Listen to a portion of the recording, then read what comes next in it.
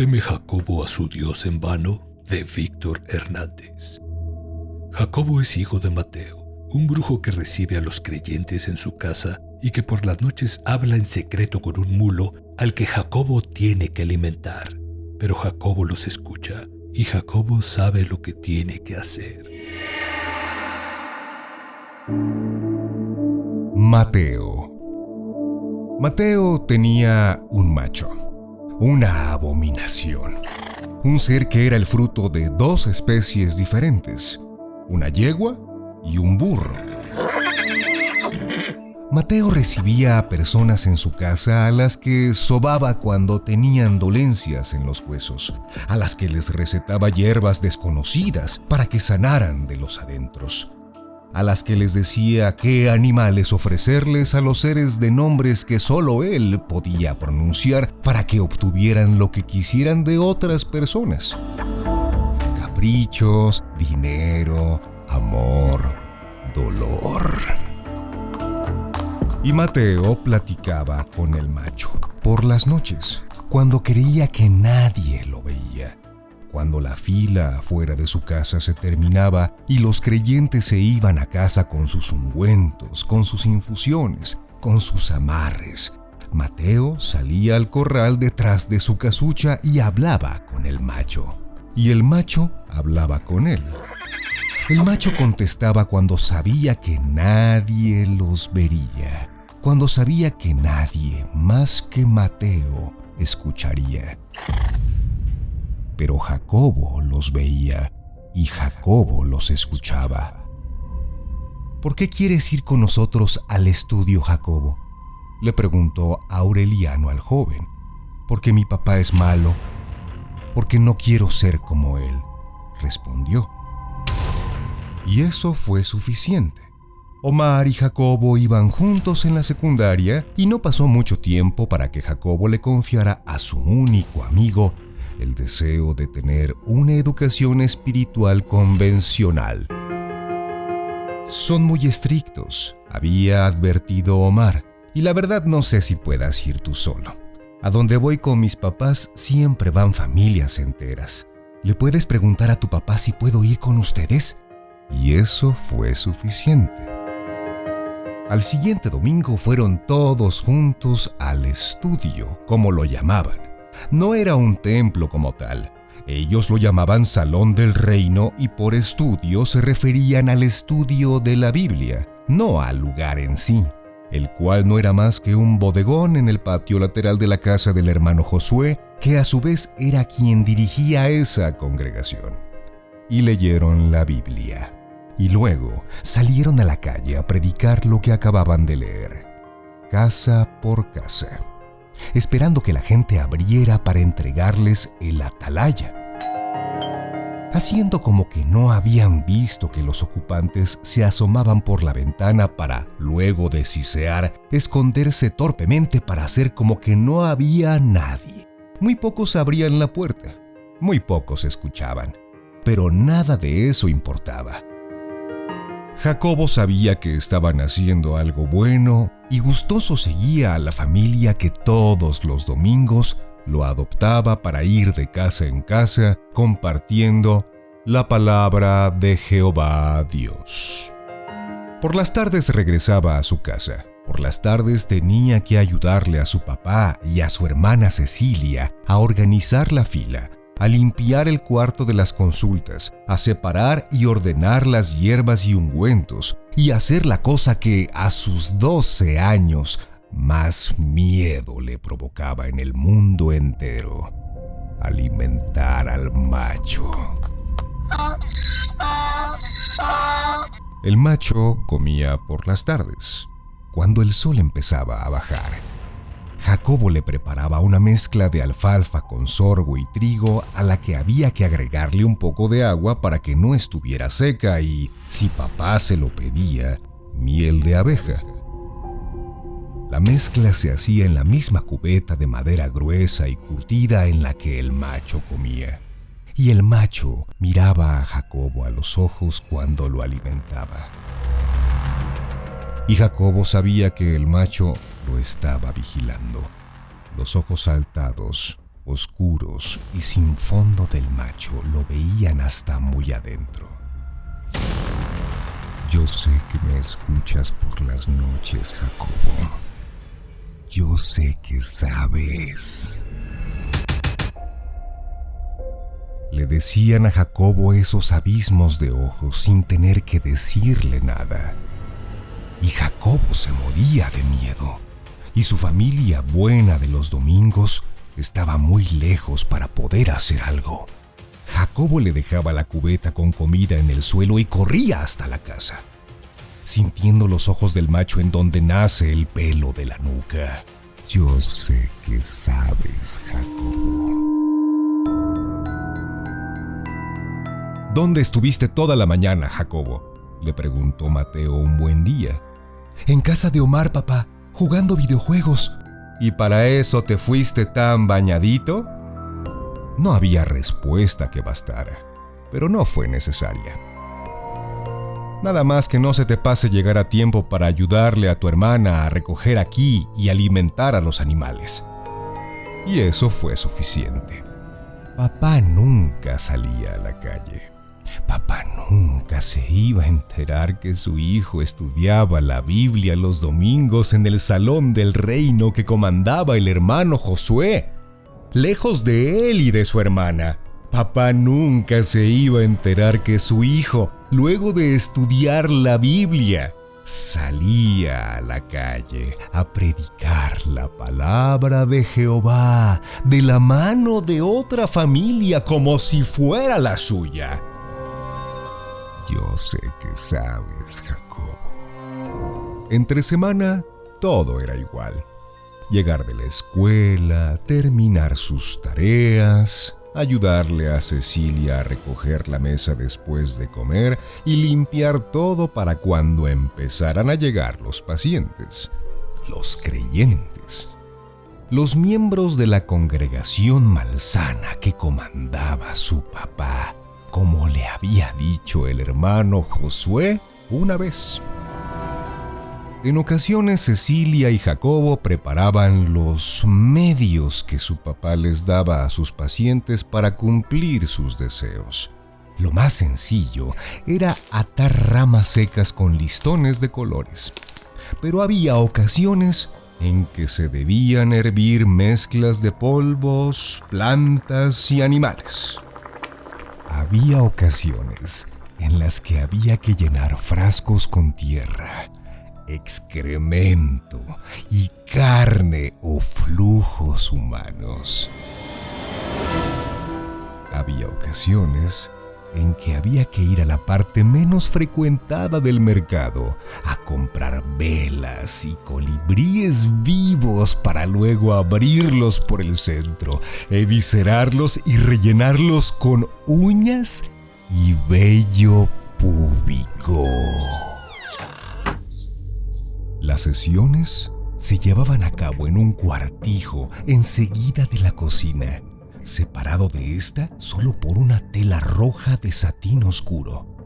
El cuarto no tenía nada, ni una ventana, salvo un pequeño altar al fondo, en su parte más angosta.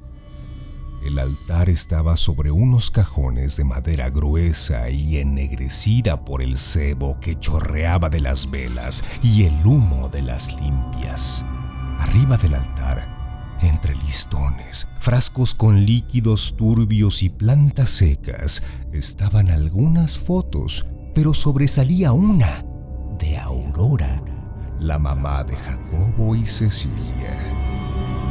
Aurora miraba al frente, desafiante, pero en un extraño modo, gentil. Estaba sentada en una silla de madera de respaldo alto, coronada por 2 patas de león en cada costado, que Jacobo veía todos los días al frente de ese mismo altar, y donde Mateo se sentaba a escuchar los males que aquejaban a sus clientes. Un único detalle, si es que era necesario, hacía perturbadora la foto de Aurora. En su regazo, apoyada sobre su pierna izquierda, estaba una lechuza que también miraba al frente, amenazante y gentil como su dueña. Y el detalle es que esa misma lechuza, disecada sobre un tronco, con las alas abiertas en posición de ataque, cuidaba desde arriba el altar en la habitación. Las semanas pasaban tranquilas y los domingos, después de escuchar la palabra de Jehová Dios, Jacobo predicaba en las calles diciendo a la gente que Dios les hablaba todos los días y que solo hacía falta querer escucharle para recibirlo en su corazón, mintiéndole a la gente, porque a él Dios nunca le había hablado. Pero un domingo Dios le miró a los ojos y le habló. El hermano Josué leyó sobre Job, un hombre perfecto, bueno y temeroso de Dios, quien había prosperado por la gracia del Creador.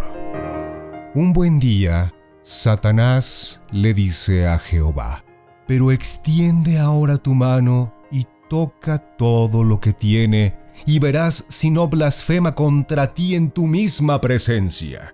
Y Dios manda a Satanás sobre Job: «He aquí, todo lo que tiene está en tu mano, solamente no pongas tu mano sobre él». Y Satanás acude al llamado, y con el permiso de Dios, destruye todo cuanto Job posee.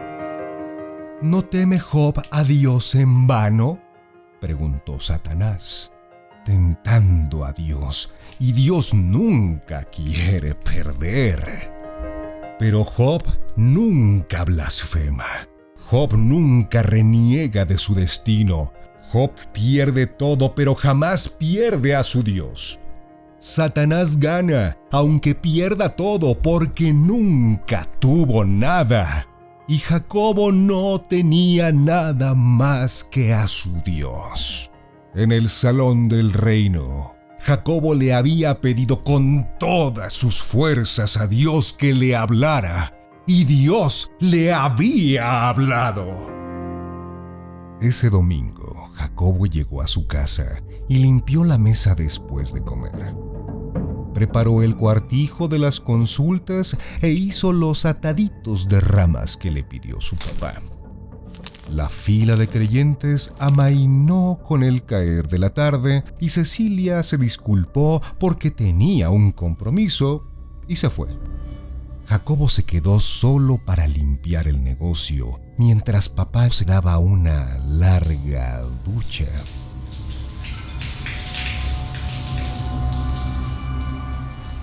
Nadie lo vigilaba.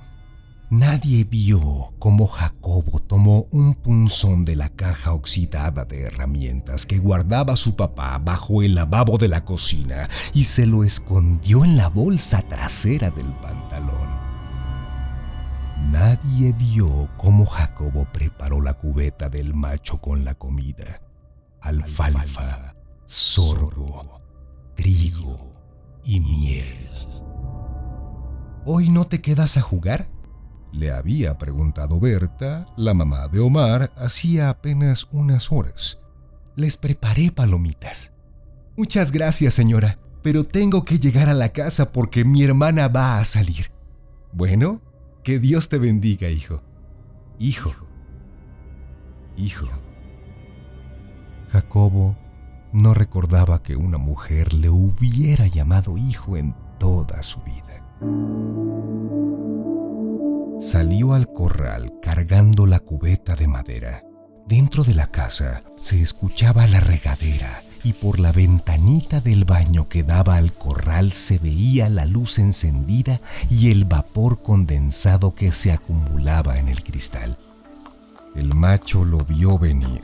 Se acercó a la valla y asomó la cabeza por entre dos troncos, justo en la parte donde la valla se hacía más ancha.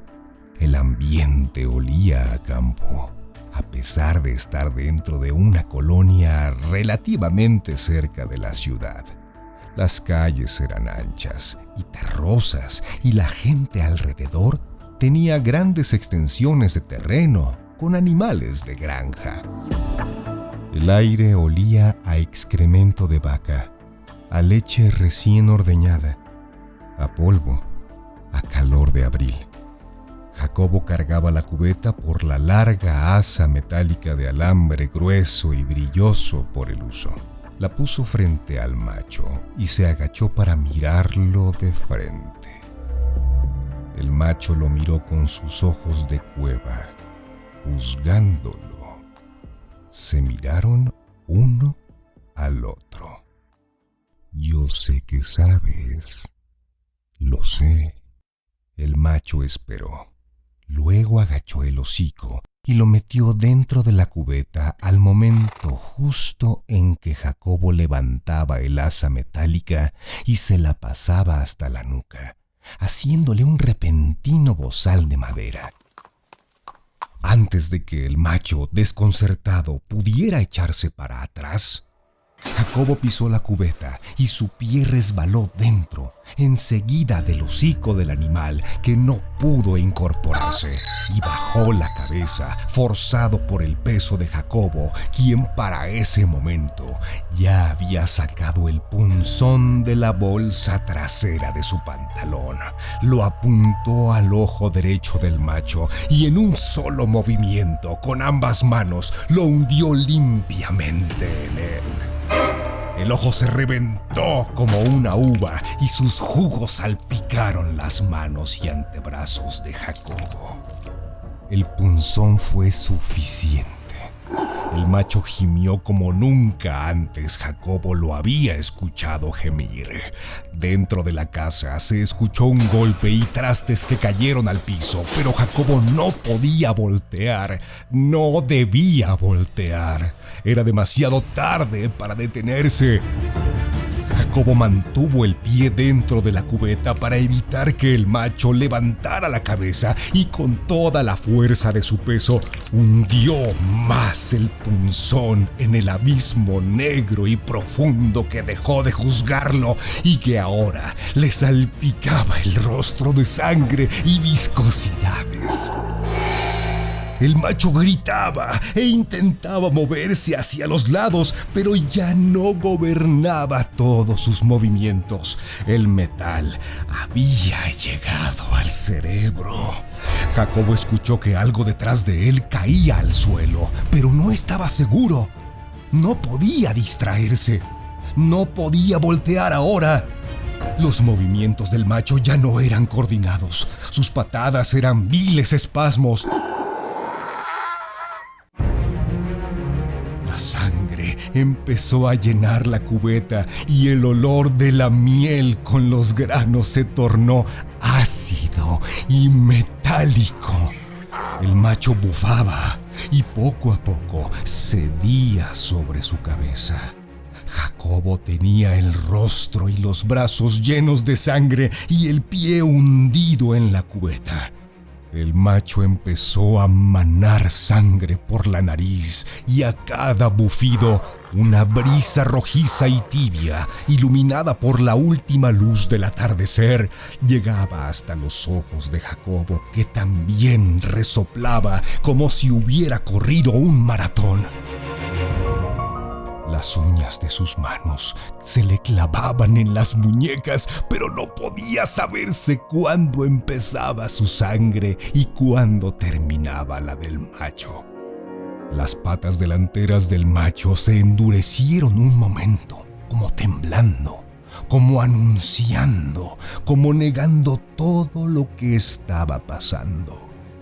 Quedaron duras como estacas. Fue solo un instante. El ojo que le quedaba bueno miró de lleno a Jacobo, amenazando. Yo sé que sabes. Pareció que se levantaba, pareció que no estaba herido de muerte, pareció que iba a elevar una de sus patas delanteras y la dejaría caer sobre la cubeta y el pie ensangrentado de Jacobo, atrapándolo para siempre, liberando la cabeza de la agarradera metálica para luego abrir el hocico, gigante, antinatural, y engullir la cabeza entera de Jacobo para arrancársela de un solo tajo. Pero no. Las patas delanteras del macho se doblaron y se hicieron de cartón. Una de sus rodillas se venció hacia atrás por el peso de ambos. Quizás algo se rompió por dentro, y Jacobo cayó sobre la valla, que se venció y terminó sobre el cuerpo muerto del macho, todavía empuñando dentro del ojo el punzón que le llegó hasta el cerebro. El animal aún respiraba, pero los resoplidos no duraron mucho. Jacobo se incorporó apoyándose en el lomo del macho, que aún estaba tibio. El animal, ya sin fuerzas, emitió un último gemido, casi inaudible, y expiró. Jacobo, sin dejar de verlo, dio unos pasos hacia atrás. No sacó el punzón de la cabeza del macho por descuido, por miedo o por precaución. Siguió caminando de espaldas, esperando. Caminaba sin hacer ruido, con temor a despertarlo. Con temor a despertar y descubrir que todo había sido un sueño. Un paso. 2 pasos. El resplandor del atardecer pintó toda la tierra de naranja. Ya no se alcanzaba a distinguir la sangre de la tierra. Jacobo tropezó con algo y fue entonces que volteó hacia atrás. En el piso estaba tirado Mateo.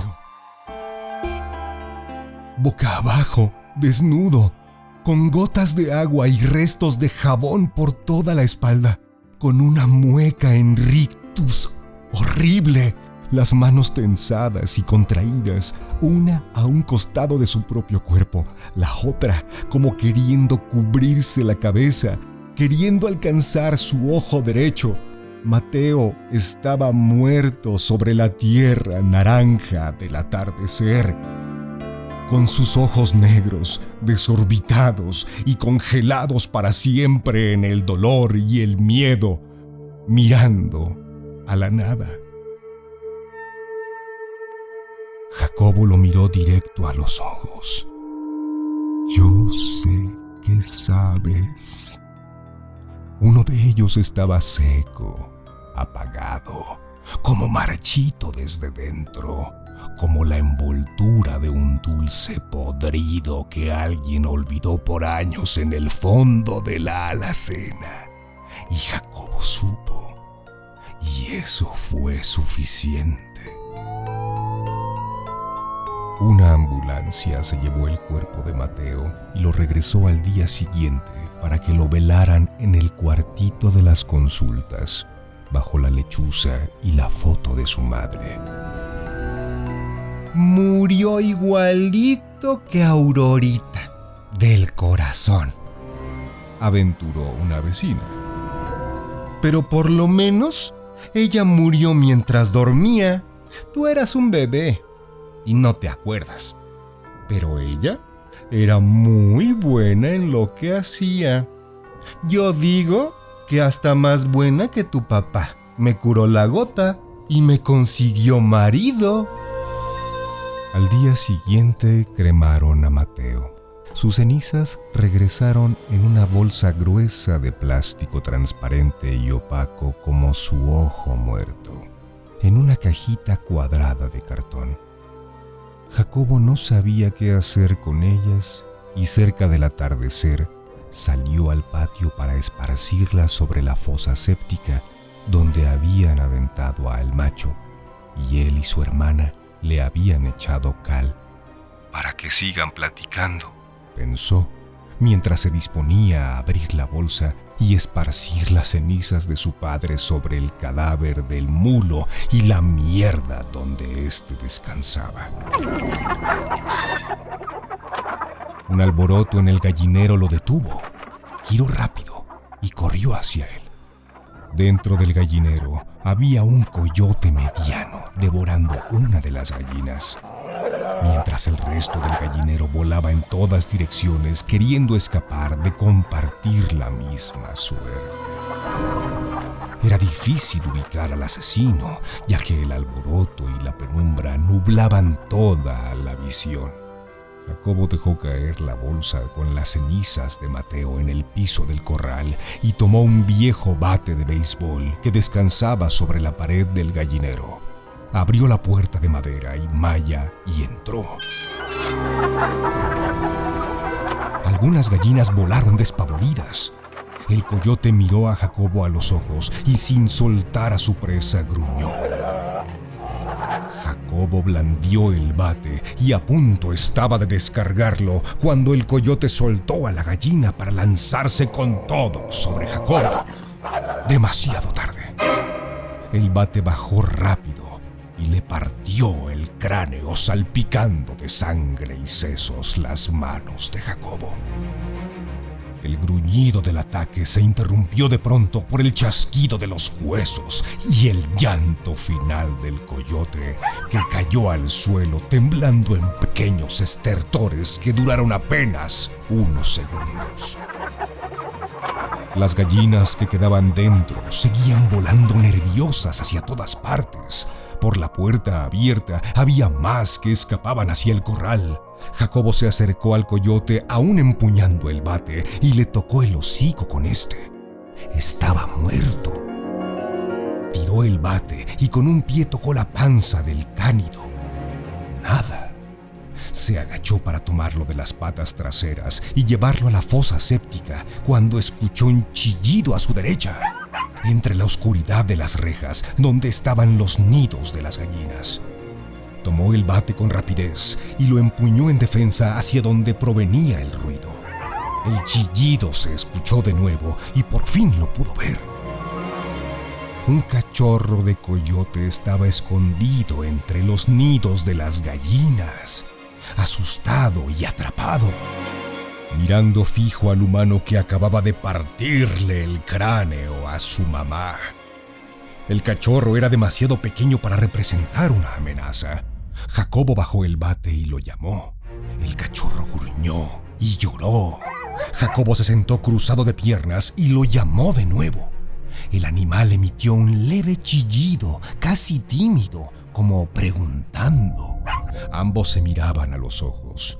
El cachorro olfateaba el aire, sabiendo que su madre seguía ahí, pero sin lograr ubicarla. Seguramente también olfateaba la sangre de la gallina en el aire y la de su madre sobre las manos de Jacobo. Jacobo empezó a sentir que se le revolvía el estómago con el remordimiento. ¡Hijo! El pequeño coyote terminó de salir de la protección de los nidos y llegó hasta las piernas de Jacobo. Olfateó y puso una pata sobre su rodilla izquierda. Jacobo le acercó la mano ensangrentada y el coyote lamió la sangre de su madre.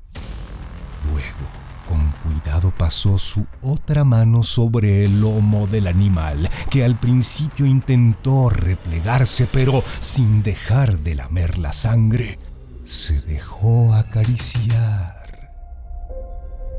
Jacobo tomó al coyote con ambas manos y lo puso sobre su regazo. El coyote siguió lamiéndole la sangre de entre los dedos hasta que casi no quedó nada que lamer y se detuvo. Sin intentar escapar, miró hacia arriba y de nuevo sus ojos se encontraron. Los ojos amarillos del coyote miraron profundo dentro de Jacobo. Yo sé que sabes, Jacobo. Yo sé que sabes, Jacobo. le dijo el coyote. Sí, lo sé, respondió.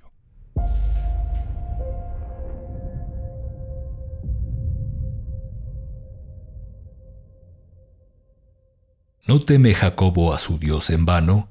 Voz Jorge Vargas. Producción de audio Uriel Islas. Esta fue una producción de Audible y Máquina 501 para el mundo. De nada, mundo. Productor ejecutivo Manny Mirabete.